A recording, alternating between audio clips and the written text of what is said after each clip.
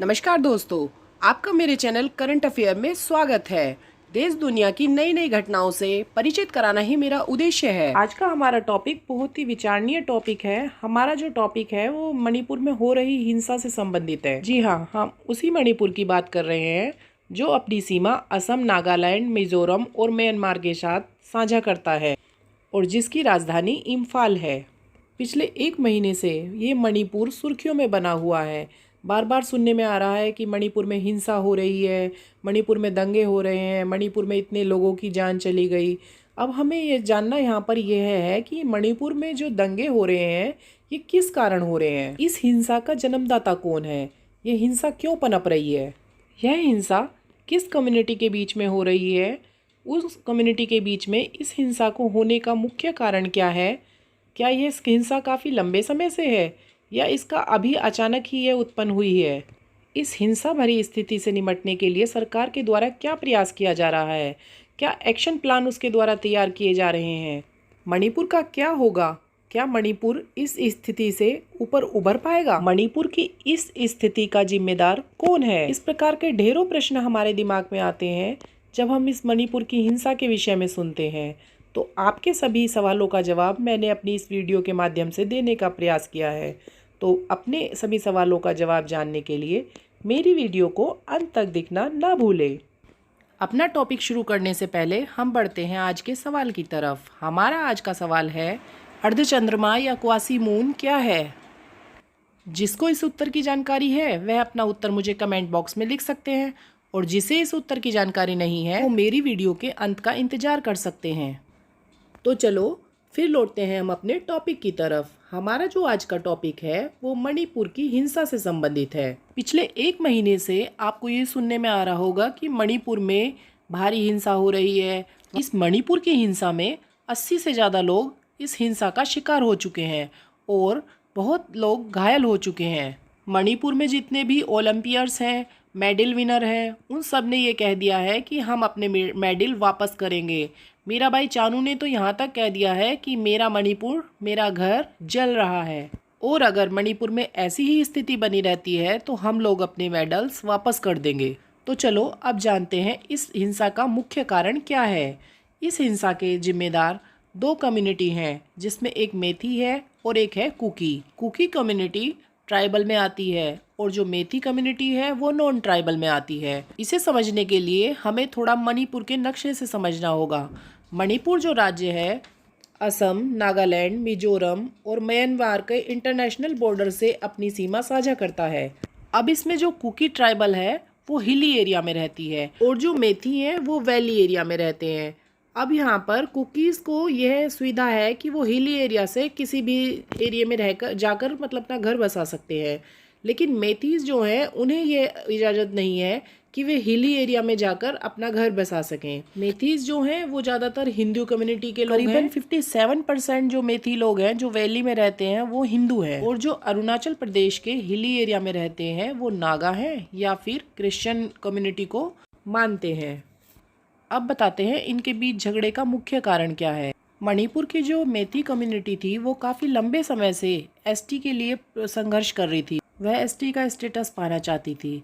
तो 26 मार्च को मणिपुर के हाई कोर्ट द्वारा यह फैसला लिया जाता है कि मेथी कम्युनिटी को एसटी का दर्जा मिलना चाहिए।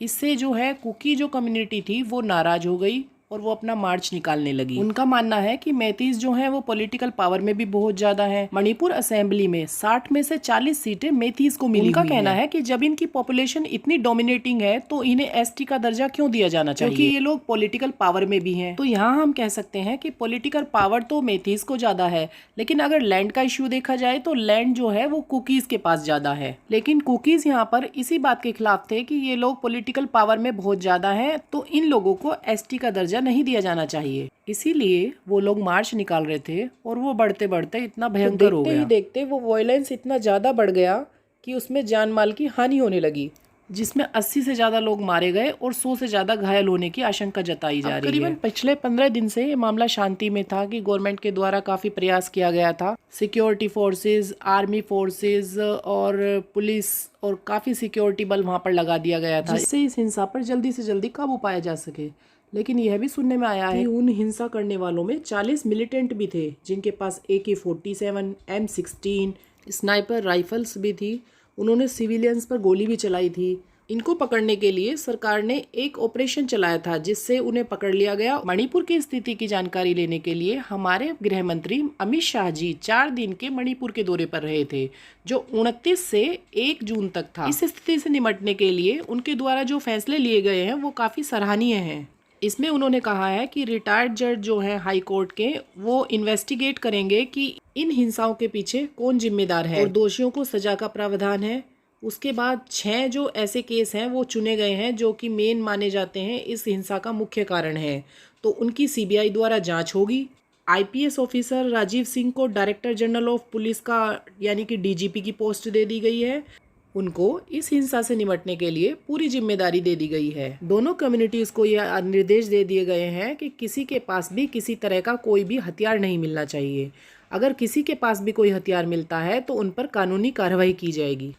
और कुलदीप सिंह को सिक्योरिटी एडवाइज़र नियुक्त कर दिया गया है। वह पुलिस, सिक्योरिटी, व मिलिट्री, पैरामिलिट्री सब फोर्सेस में सामंजस्य की स्थिति उत्पन्न करेंगे।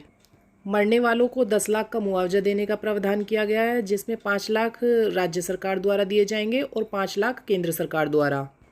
पैसा पीड़ित परिवार के डायरेक्ट अकाउंट में ही आएगा। इसमें बाहर से किसी और को भागीदार नहीं बनाया जाएगा। इसके लिए जॉइंट सेक्रेटरी और डायरेक्टर लेवल के जो ऑफिसर हैं वो टाइम टू टाइम चेक करेंगे। 30,000 मीट्रिक टन अनाज जो है वो मणिपुर में भेजने की घोषणा की गई है। गैस, पेट्रोल व सब्जी का प्रबंध भी करने के लिए कहा गया है। पेट्रोल पंप 24 घंटे खुले रखने के लिए कहा गया है, क्योंकि वहाँ पर कर्फ्यू की स्थिति हो रही है। और यह माना जा रहा है कि जो मणिपुर में ज़्यादातर उपद्रव हो रहा है उसका मेन कारण हो सकता है म्यांमार की सीमा भी हो सकती है। मणिपुर और म्यांमार पर 10 किलोमीटर के एरिया में तो तार लगाने का काम हो चुका है, लेकिन 80 किलोमीटर का जो टेंडर छूट चुका है और बाकी है 10 किलोमीटर, उस पर भी सरकार जल्दी ही काम करेगी। एक वहाँ पर जितने भी नागरिक अगर म्यांमार की तरफ से आते हैं तो उनकी चेकिंग के लिए बायोमेट्रिक और आई स्कैनर की भी प्रयोग करने के लिए सख्त हिदायत दी गई है। स्थिति पर नियंत्रण करने के लिए अमित शाह जी द्वारा जो प्लान बनाया गया है वह काफ़ी अच्छा है, लेकिन देखते हैं स्थिति कब तक कंट्रोल में आती है। आप लोगों के मेरे वीडियो के बारे में जैसे भी विचार हों कृपया कमेंट बॉक्स में लिखना ना भूलें। अब लौटते हैं आज के सवाल की तरफ। अर्धचांद या क्वासी मून क्या है? What is the fake moon of earth? हाल ही में जो ये नकली चांद सुनने में आ रहा है, यह खगोलविदों के लिए बहुत ही उत्सुकता का केंद्र बना हुआ है। खगोलविदों ने एक ऐसे एस्ट्रॉइड की खोज की है जो पृथ्वी का चक्कर लगा रहा है। इसे 2023 FW13 का नाम दिया गया है। खगोलविदों का तो यहाँ तक कहना है कि यह लगभग 100 ईसा पूर्व से पृथ्वी का चक्कर लगा रहा है और अगले 500 वर्षों तक भी ऐसा ही जारी रखेगा। यहाँ आश्चर्य की बात तो हमें यह देखने को मिल रही है कि यह सूर्य का चक्कर लगाने में उतना ही समय लेता है जितना समय पृथ्वी सूर्य का चक्कर लगाने में लेती है। इसीलिए इसे पृथ्वी का आधा चांद कहा जाता है। इस मून के आधे रास्ते में शुक्र ग्रह है और आधे ग्रह में मंगल ग्रह है। इसे अर्धचंद्रमा की संज्ञा क्यों दी गई है?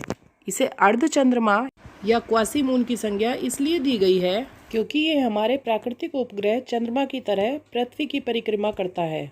मेरे द्वारा दी गई जानकारी आपको कैसी लगी कृपया कमेंट बॉक्स में लिखना ना भूलें। मेरे साथ वीडियो के अंत तक बने रहने के लिए बहुत बहुत धन्यवाद। मेरे चैनल को लाइक, शेयर और सब्सक्राइब करना ना भूलें। धन्यवाद।